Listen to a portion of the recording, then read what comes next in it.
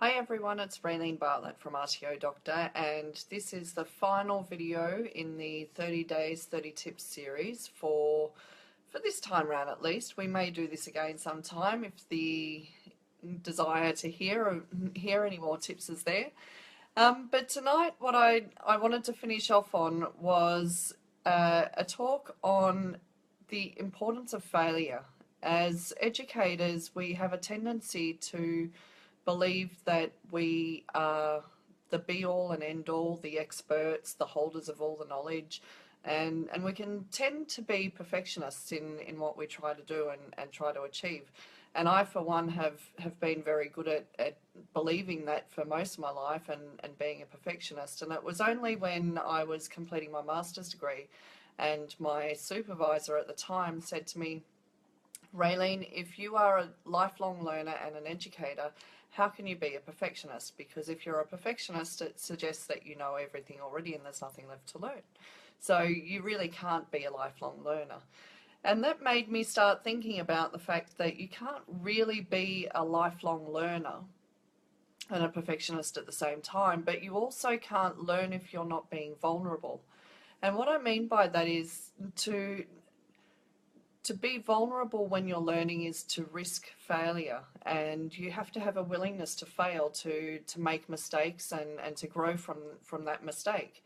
That growth, if you like, is the actual learning process, and sometimes failure can be good. So failure, if it's repeated over and over, is obviously a mistake, and it's not actually a learning experience. But if you can learn the message from it the first time, then it is much better for you. If you look at failure from a perspective of people like Michael Jordan and Thomas Edison, how many times did they fail and they learnt from their mistakes before they actually succeeded?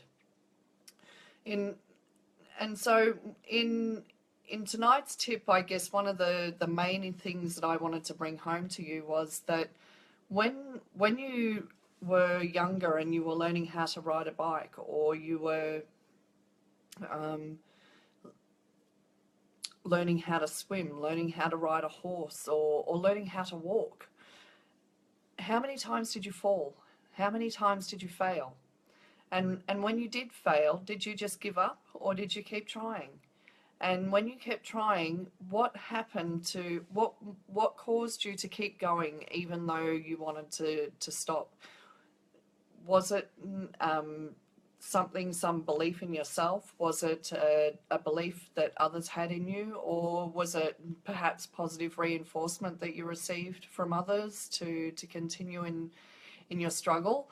From an education perspective, I think one of the most important things that we can give our students as a gift is the ability to make mistakes, be vulnerable, make mistakes, and provide them with positive reinforcement.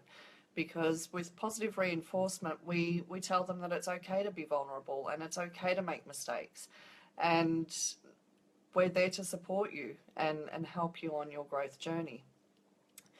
One of the other things that I really wanted to pick up on in this final talk for this series was the fact that personally in the education training sector, what I find is Australia has a very big tall poppy syndrome, and everybody has, well, not everybody, that's a general assumption, but there are many people out there who have this need to feel or be perceived as being bigger or better than somebody else, or when somebody else has done something great, they almost feel an envy and a need to pull them down.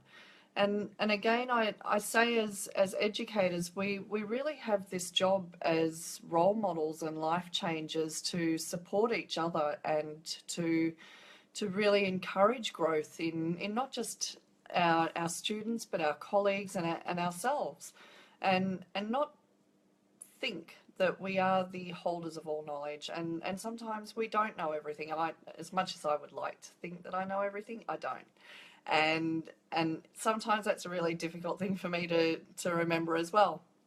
And so what I wanted to share with you also, just to finish off, was something that I have on my desk every day as a reminder to remind me that as a lifelong learner and an educator, my role is to be a role model and to change lives of others. And it's not about me. It's actually about everybody else and how I can help them grow in their lives and their life journey, and what that would mean to be able to change somebody's life for the better through your own experience.